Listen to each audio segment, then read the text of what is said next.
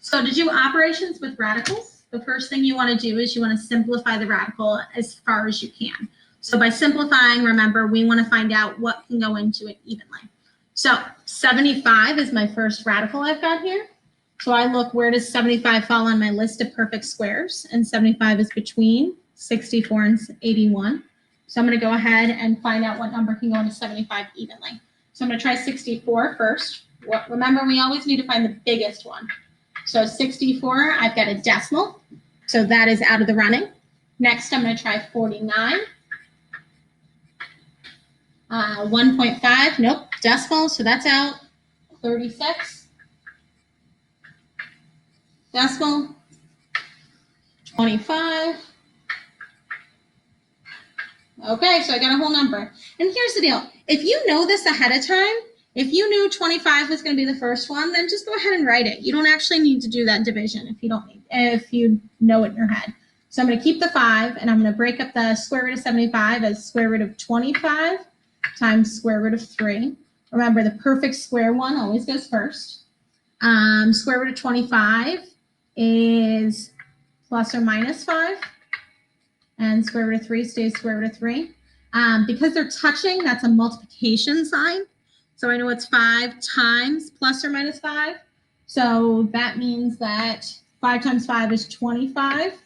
And 5 times negative 5 is negative 25. So it's plus or minus 25. And we got to keep the square root of 3.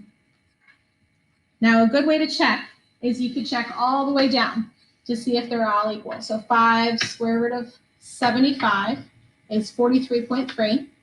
Then I had 5 square root of 25 times the square root of 3, 43.3. And then I had 25 square root of 3, 43.3. So that's how I know it's equivalent all the way down. My next problem is the square root of 45 over 81. So the first thing I'm going to do is I'm going to separate this into 2 different square roots. So that means it's the square root of 45 over the square root of 81. Now, square root of 81 is already on my list. So square root of 81 I know is plus or minus 9. Okay, and then I just need to simplify 45. So I need to see where 45 lies on my list. So that's between 49 and 36. And I'm going to just start dividing it. So 49 divided by 36. Oops, not 336. 36. Nope, that's a decimal. Okay, so I'm going to go ahead and divide it by 25. Decimal. 16. That's a decimal. 9 now. Oh, I'm sorry. I had 49 in here the whole time. Let's double check those numbers. 45 divided by 36, decimal. 45 divided by 25, decimal. 45 divided by 16, still a decimal. 45 divided by 9. Oh, that's a whole number. So I know 45 is the same as writing the square root of 9 times the square root of 5, because 9 times 5 gives us 45. And square root of 9 is plus or minus 3. And square root of 5 shouldn't be on that list, and it's not, so it's square root of 5. Okay, so I've got plus or minus 3 over square root of 5. And then finally, I see if I could simplify this all. So out of 3 and 9, I could take a 3 out of both of those. I could divide out a 3. So I got 1 square root of 5 over 3.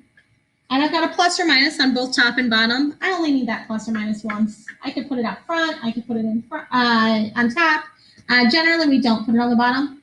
And remember, this 1, you could also make it invisible. So it could just be plus or minus the square root of 5 over 3.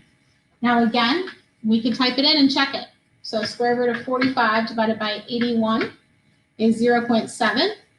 And let's just see, square root of 5, and this whole thing divided by 3 gives us the same decimal.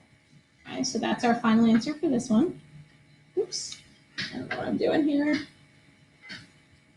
So my final answer is square root of 5 over 3.